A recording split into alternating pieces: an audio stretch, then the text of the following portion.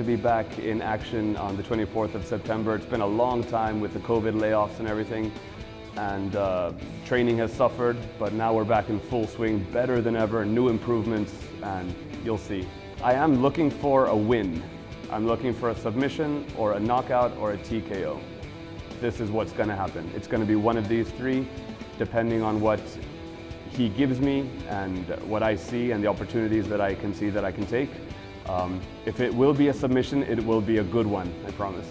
I think this will be a card that sees a huge level up in almost every single Indian MMA fighter. The fighters are realizing we have to be well-rounded and are supplementing whatever their base skill was with things that they're lacking. And I think a lot of fighters are realizing that the old way is not enough, it doesn't cut it anymore. So new skills are being added, people are training more with each other, which is awesome.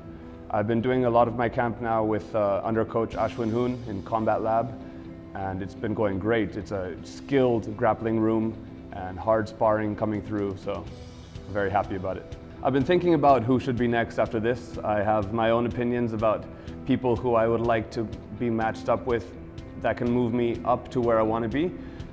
But lately I've been thinking that since Hemant has, the fight with Hemant has been twice booked and twice cancelled. Once because of my injury, once because of his. So if we have another MFN before the end of the year, I would like to take him this year as well. And then I'll make my statement after that. You know, in this sport that we're in, it really is evolve or die. And if you keep thinking that one thing is going to carry you through, I used to just think that I could strike with everyone. I had to really change my thinking and evolve myself. And the last few months, especially since the start of the year, actually have been spent in deep evolution. I've been tackling my weaknesses, facing my fears, and things that I knew that I wanted to, I knew that I could. I was finally able to devote time to those things and really invest myself into my grappling and my jiu-jitsu.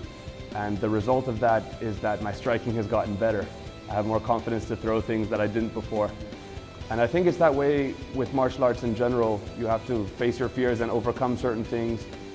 As it is going into this fight, it could be a win or it could be a loss, but the way that I've worked and the training that I've done, it almost, I won't say it doesn't matter, but I'm on such a new level now that I'm happy with the work that I've done. The worst result that could happen has already happened to me. I've already been knocked out. I've already been ground down and grounded and pounded, cut open, bled. So now it's almost like there's no more real terror for me to walk into the cage. And I'm happy to show everything that I've been working on. It's going to be a great experience. One of the great things that I keep with me always from my training in karate and my understanding of the martial art as I was first taught it,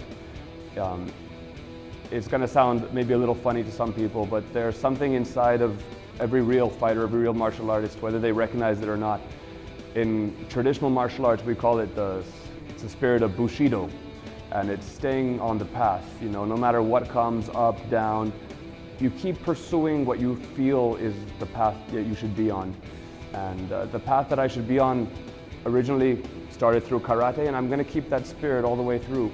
As I evolve, I add my grappling and wrestling, and as I become a real mixed martial artist, this is the thing that is at the core of it all, and something I want to represent, and something I try to tell my kids as well.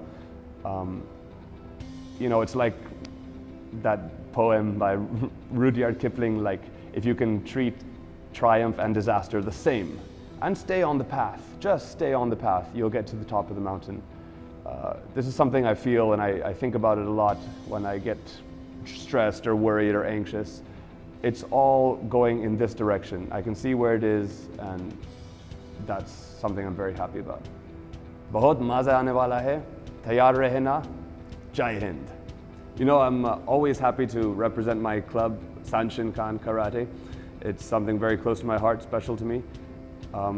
There's always been variations in my training from the beginning, and now that I'm investing time into the real study and development of mixed martial arts, evolving myself, I feel like something new is going to come out in this fight that hasn't come out before out of me. A new confidence, a new dangerous skills, and just something new. I feel a new flow.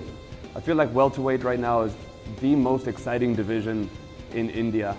Most of the hardest hitting fighters are welterweights, and I feel like even though a lot of people underestimate me based on my past losses and things, I've always learned from those mistakes, and no two losses have ever been the same. I've always evolved myself to move forward, and I started as a karate martial artist. Now I'm evolving to a complete martial artist. My confidence is growing with it. I think in the future there'll be a lot of things to show in this.